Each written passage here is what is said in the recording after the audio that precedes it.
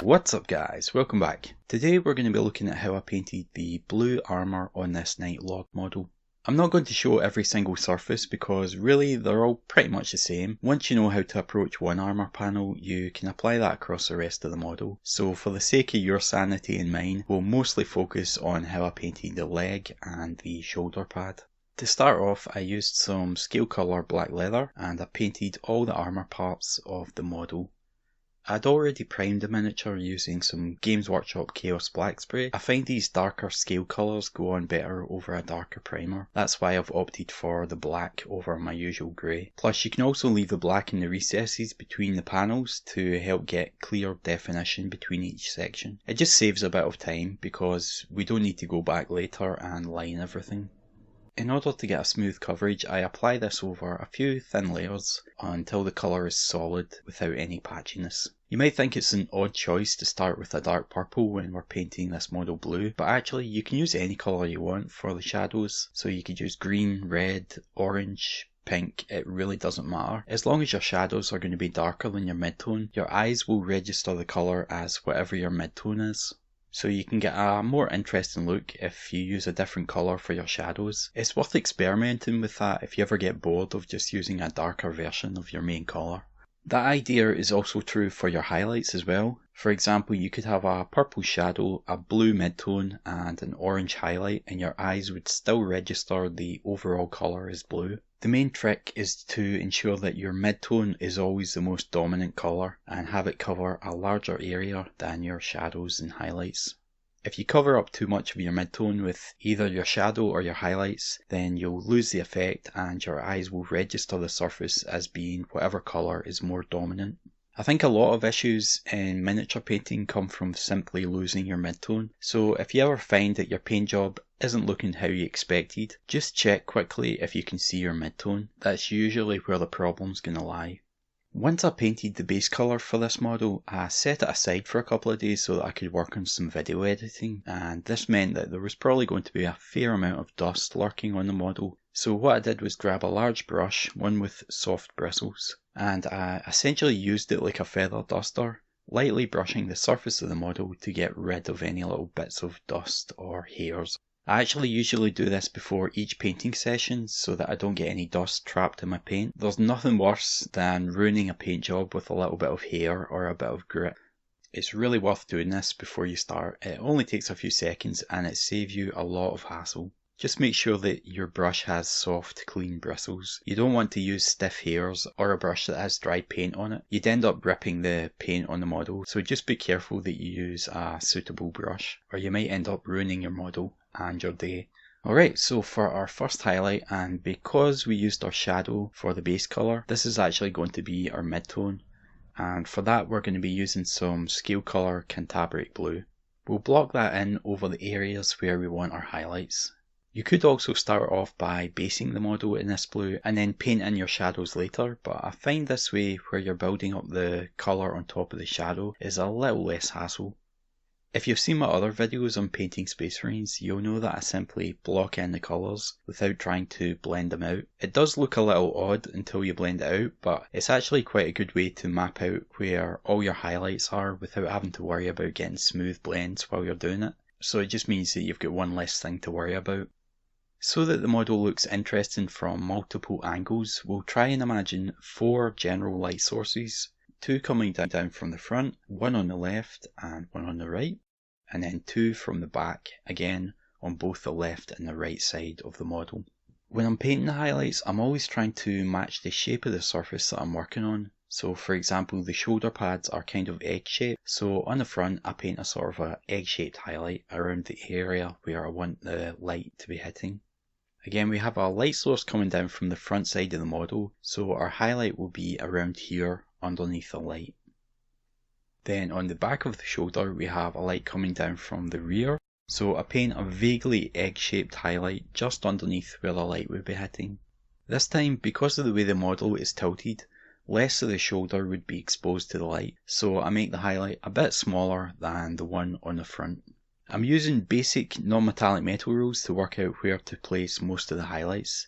These little bum plate watsits are essentially flat surfaces, so I'm highlighting towards the lower edge. You could do multiple highlights along the length, similar to painting a sword, but this model is going to be wearing a giant backpack, meaning that this area will be partially obscured, so I may as well paint it fairly simply just to save a bit of time. On the leg, you'll see that I placed 2 highlights to represent the light hitting from both sides. I should have done a similar thing on the other leg, but I forgot.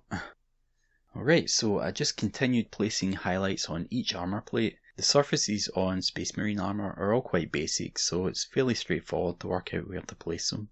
If you're a bit unsure about this, check out my video on non-metallic metal highlight placements. It goes into a lot of detail and it should help make it clearer for you.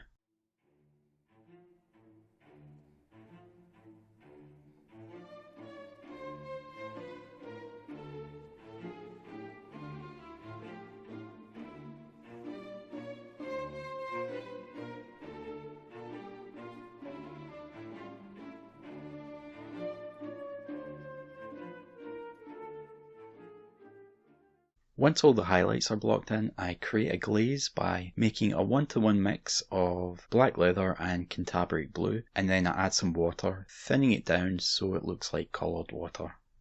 With a small amount of the glaze on the brush, I pull the bristles up and over the transition of the 2 colours, moving the brush towards the highlight, always pulling the glaze from the darker colour to the brighter one. I do this over multiple layers, letting the glaze dry after each application until the harsh line separating each colour fades out, leaving a smooth transition between the 2. You can speed this process up by using a hairdryer to dry each layer. The hairdryer is going to let you apply many layers in a very short amount of time, so if you're using this method of blending, I highly recommend having one on hand to speed up the drying time. In order to blend out the round highlights on the shoulder, I work my way around the outside of the circle, pulling the glaze up and over the transition, going around the circumference. I also try to vary the length and direction of the brush strokes, so that I don't build up a noticeable pattern on the surface. So some of my brush strokes will be short, some long, some at a bit of an angle, some straight, and so on. When you're using glazes, if you make your brush strokes all the same length and direction, paint is going to build up in the same spots over time and you'll end up creating a noticeable pattern on the surface. So instead of creating a sort of transition between the 2 colours, you end up with little streaks forming over the transition, which can be quite difficult to fix. Try and be conscious of that when you're glazing and vary the length and direction of each brush stroke so that it doesn't happen. I also like to use stippling when I'm doing the rounded highlights. I find it helps a great deal in evening out the blends. All I'm really doing is placing little dots on and around the transition to help break up the surface, still using that same glaze consistency. When I'm applying the dots, I try to use the very tip of the brush and just lightly tap the surface so that they go on small and controlled. If you're too heavy-handed with this, they'll go on as rough blobs instead of dots, so you really want to be careful that you use a light touch when you're doing this technique. As we're going to be adding a textured metallic effect, the little dots help to create a shimmery quality to the surface, which will become more obvious as we add further highlight layers. On the leg plates, I switched back to Cantabaric blue, which I again added some water to make it into a glaze. And I used that to add some subtle texture by painting horizontal lines over the transition. Just like the dots on the shoulder pad, these lines help to blur out the transition, while also adding some initial texturing that will build up later as we add our brighter highlight layers. I try to paint the lines on so that they are pretty tightly spaced. The effect we're going for is a brushed metal surface, and these lines are going to help to sell the effect. You'll see how effective it is once we begin to develop the highlights. Just like with the initial glazes, I let the lines dry and then I apply another layer, and I do this maybe 3 or 4 times until I'm happy with the look of the transition. Alright, I think you probably get the general idea now, so I'll speed this up a bit until we get to the next step in the process.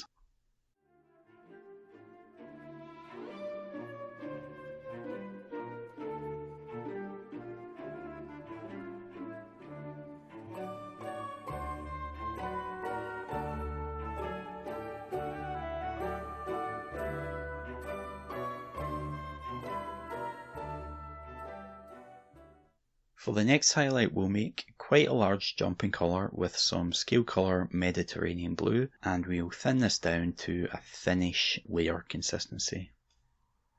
So just a little thicker than a glaze. If you experiment on your nail, you want to be able to paint a thin, semi-transparent line without any pulling or loss of control. If the line isn't transparent, it's too thick, so you're going to have to add a little more water. But if the paint is running off the brush and pulling on the surface, then it's too thin, so you're going to have to add some more paint. To get the nice brushed effect, we're going to start off by mapping in the middle point of each highlight. So to do that, I simply paint a solid line with the Mediterranean blue along the centre point of our initial highlights. On a cylinder, this is where the light is going to be the strongest. You can see that the line fades out a little as it dries, leaving it semi-transparent. That's going to act as a guide for all our subsequent highlights on that piece of the armour. For now, we'll just add a little edge highlight along the top of the plate. Just by holding the brush at a bit of an angle and letting the side of it gently glance along the top edge of the thigh plate. Using that same line as a guide, we're going to paint over it, this time only covering about half its length. Notice here that the colour near the top edge is now slightly brighter than before. This is actually the basis for a lot of blending techniques. You start out with a semi-transparent layer, then you add another semi-transparent layer on top, and each time you add a layer, the colour gets more intense and less transparent. Now that our guideline is in place, we'll paint over it with horizontal lines, using that same transparent consistency. Don't worry too much about your first pass at this. As the paint is fairly transparent, you have some leeway for making mistakes. The idea is to build up the colour over a few layers. Notice that I haven't tried to make the lines really tightly pressed together. These are also painted on fairly quickly. It's much easier to paint a thin line with a fast flick of the brush rather than meticulously painting it on. Just test that out yourself and compare the results between fast and slow brush strokes. Alright, so we'll do another layer of lines, this time trying to fill in the gaps between the lines from the first pass. You're also going to start to try and make the lines longer at the top of the highlight so that they're not all the same length. I find this makes the highlight look a lot more interesting. So you're going to repeat this process a few times, placing the horizontal lines over that initial guide mark until it starts to become somewhat obscured. Alright, I think that'll do for now. We'll make a start on the lower leg. Again, painting on an initial guideline, running along the middle of our highlight. Then just like before, we'll add a little edge highlight before painting on a few layers of horizontal lines over the top of our guide mark.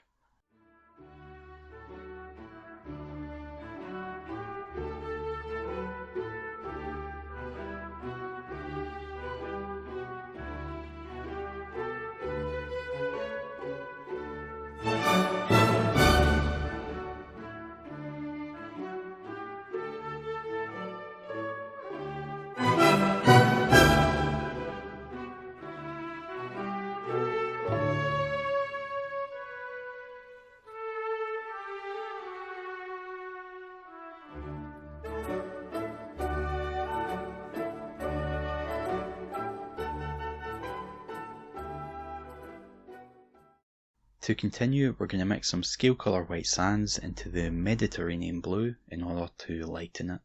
White sands is a lot like Vallejo ivory, it's just an off-white with just a tiny hint of yellow in it. I find it's really nice to use as a general mixer for lightening colours. It's a lot better than using white because it doesn't chalk out as much. Now you're going to paint a line down the middle of your highlight, following your initial guide mark, but this time you're only going to paint at roughly half the length. And the same with the edge highlight, just make it a bit smaller than last time. I think we'll just reinforce it a little bit to make the colour stronger. Alright, so once that's in place, we'll repeat the process and paint on horizontal lines over the top of our guide line. This time making the lines a bit shorter than we did on the previous layer, and we'll do this over a few layers. For the upper part of the leg, we're going to do exactly the same thing. First painting on the initial guideline and edge highlight for about half the length.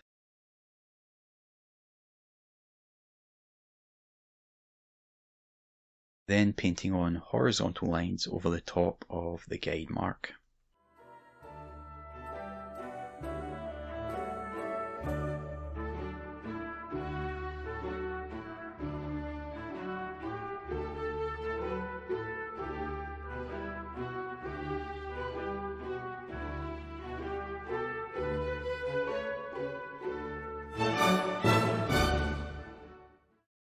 Mix some more white sands into the highlight, this time making the colour really quite bright.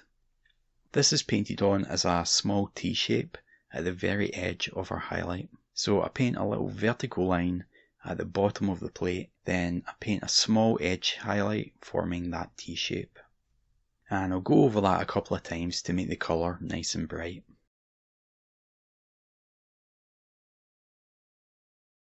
If you like, you can add a little dot around the middle of the plate to simulate light glinting off the surface. If you do that, try and make it line up with your original guide mark or it will make your highlight look a bit wonky.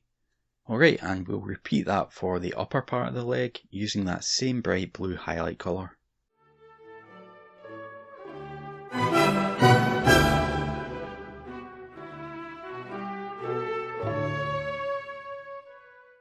You can also add a little dot or two on the edge of the armour plate to help sell that shiny effect.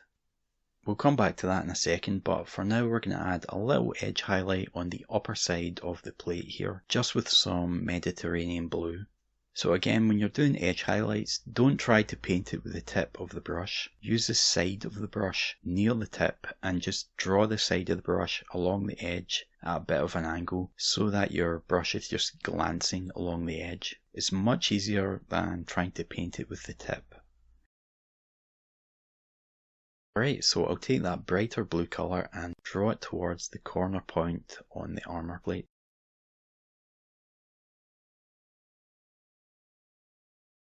Then again with the brighter colour. It just helps to pick out the detail along the edge there to give the plate more definition so that you can see it from a bit of a distance. To finish off the highlights, we'll take some white sands on its own and simply place a small dot right in the middle of the highlight at the very edge of the armour plate. You can see that strong contrast helps to give it quite a good shiny effect.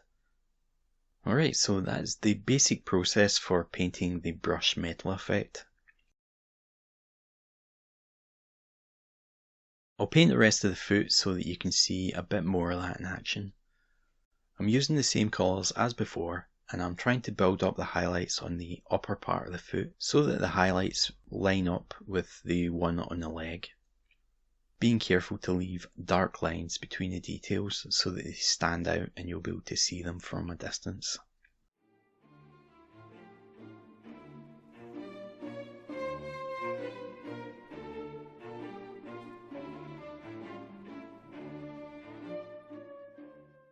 This little flat part on the other side is going to be facing the light, so we'll highlight that as well. I'll just let that play through so that you can see the process.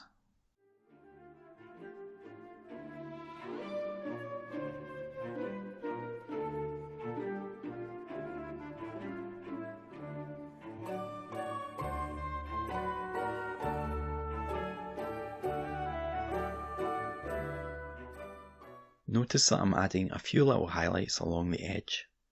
Leaving some gaps along the edge helps to emphasise the shiny nature of the surface because you're retaining more contrast as you still have that interplay between the light and dark colours along the edge. When you paint it as a solid line, you actually lose some of the contrast, which to me looks less effective than when you add a few little lines and dots along the edge. Alright, so on the plates at the front of the foot, it's the same idea again. First painting the guideline where we want to highlight, and I tried to get the guides to line up when I'm doing this.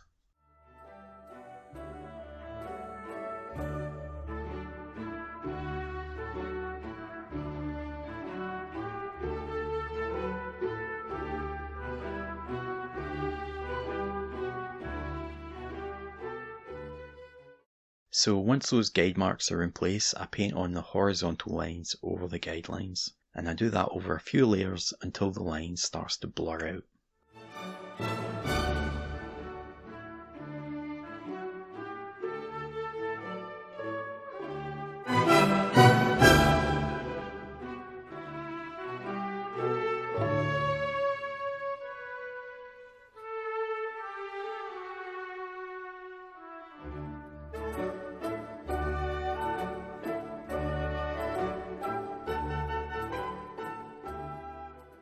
Then with the brighter highlight, I'd do the same again, first painting in the guide mark, then painting horizontal lines over the top.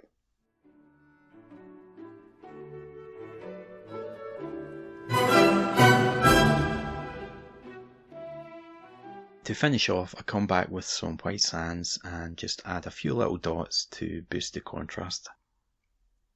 Alright guys, so that is how you do the brushed effect on those pretty simple armour plate surfaces. It's a little different on the shoulder pad, so I've split that part into a separate video, just so it's a bit easier to digest. I think you can get brain freeze after a while watching tutorials, so I don't want you getting discouraged. That video should already be up, so feel free to give it a watch whenever you get a moment. Alright, I think that's all for now. Thanks very much for your continued support. I should be getting some new camera gear soon, so you should hopefully notice another jump in quality in the future series. And I wouldn't really be able to justify that without the support you give on Patreon, so once again, thank you. Take it easy. Bye for now.